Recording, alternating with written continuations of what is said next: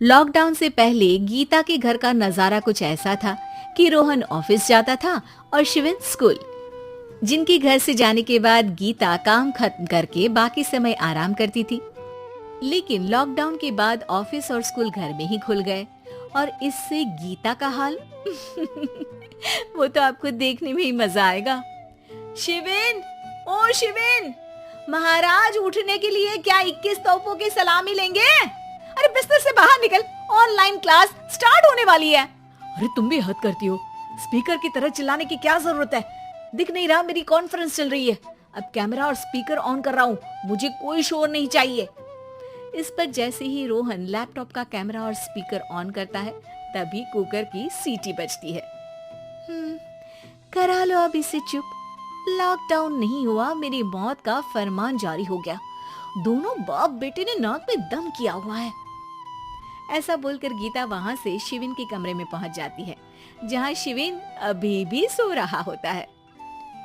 ओ आलसी, अब अगर 5 मिनट में नहीं उठाना तो आज तेरा गेम और यूट्यूब कैंसिल। माँ की बात सुनकर शिविन बिना 1 मिनट गंवाए उठ खड़ा होता है। उठ गया, अभी नहाकर भी आता हूँ। ये नाटक कहीं और, मुंह पर गीला कपड़ा मार और पढ़ने बैठ। शिविन की ऑनलाइन क्लास स्टार्ट हो जाती है, जिस पर गीता उसे वहां बिठाकर रसोई में चली जाती है। थोड़ी देर में उसे कमरे से कुछ आवाज सुनाई देती है, जिसे सुनकर वो कमरे में वापस आती है। हाय राम, तुझे क्लास अटेंड करने के लिए बोला था, कैमरा ऑफ करके बिस्तर पर नाचने के लिए नहीं बोला था। मम्मी मुझे कुछ समझ नहीं आ रहा, आप बाद में पढ़ा देना ना, वैसे भी अटेंडेंस तो लगी गई है। हाँ बेटा, जरूर बन जा, तू अभी से हम सबका बाप बन जा। अरे नहीं मतलब कहाँ से लाते हो इतना दिमाग, और पढ़ाई करते हुए ये चला कहाँ जाता है? नाइस क्वेश्चन, दिमाग से पूछकर बता दूंगा। शिविन की बातों से परेशान होकर गीता उसे मारने के लिए जैसे ही आगे बढ़ती है तभी वो कमरे से बाहर भाग जाता है। अब शिविन आगे आगे और गीता हाथ में चप्पल पकड़े उसके पीछे पीछे पूरे घर में दोनों घूम रहे होते हैं। इसी बीच वो रोहन के पास पहुंच जाता है और शिविन को मारने वाली चप्पल रोहन के लैपटॉप पर जाकर गिरती है। ओए माँ! मम्मी, अब पापा को चप्पल मार रही हो? वो आज तक के रिपोर्टर, चुपचाप जाकर क्लास अटेंड कर ले, नहीं तो अगली तेरे पीछे लगेगी। इस पर शिविन वहां से चला जाता है, जिसके बाद रोहन गीता से कहता है, इस सर्कस के लिए कुछ बोलना चाहोगी? अरे क्या करूं, जब से तुम दोनों घर में रहने लगे हो, घर अपने आप ही सर्कस बन गया है और मैं तुम्हारी नौकर। कभी बेटी को संभालो तो कभी बाप के नखरे उठाओ। इन्हीं सब उथल पुथल में दिन बीतते रहते हैं, जिसमें हर रोज घर के अंदर कुछ नया सियप्पा खड़ा मिलता है, जो ज्यादातर शिविन और रोहन की ऑनलाइन स्कूल और ऑफिस से रिलेटेड ही होता है। एक सुबह, शिविन चल उठ, आज की क्लास जल्दी है। कैमरा ऑफ करके आप अटेंड कर लो। अरे ऐसे छित्तर पड़ेंगे, दादी नानी सब एक साथ याद आ जाएंगी। गीता की लाख मशक्कतों के बाद क्लास तो खत्म हो जाती है, लेकिन उसके बाद शिविन फोन इस्तेमाल करते हुए इंस्टाग्राम रील बनाने लगता है।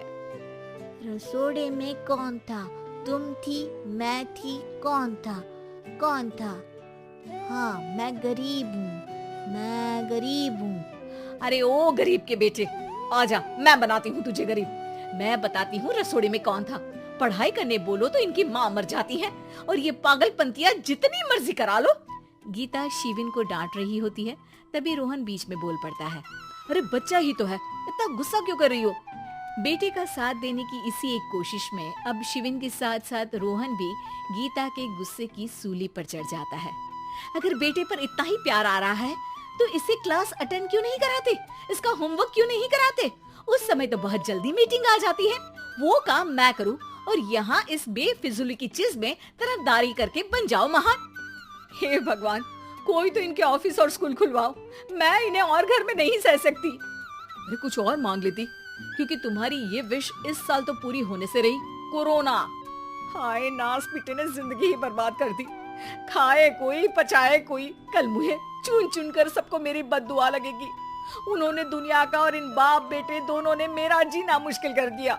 गीता वहां से चली जाती है, जिसके बाद रोहन शिविन से कहता है, अरे तुम्हारी मम्मी इतनी भड़की हुई क्यों है? आपकी वजह से पूरा समय घर में रहते हो और उस पर कोई काम कराने की जगह बस ऑर्डर देते रहते हो। अच्छा बेटे, सारा इल्जाम मुझ पर? पूरा दिन तो वो तुम पर ही चिल्लाती है। हाँ, मतलब दोनों का 50-50 है, कुछ करना पड़ेगा। वो कहते ना, make the best out of worst. I have an idea.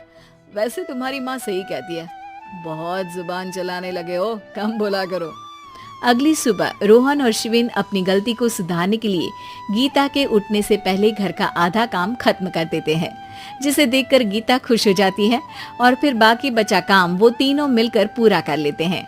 जिसके बाद अब वो सब मिल बांट कर हर काम में एक दूसरे की मदद करते हुए लॉकडाउन का मजा लेने लगते हैं।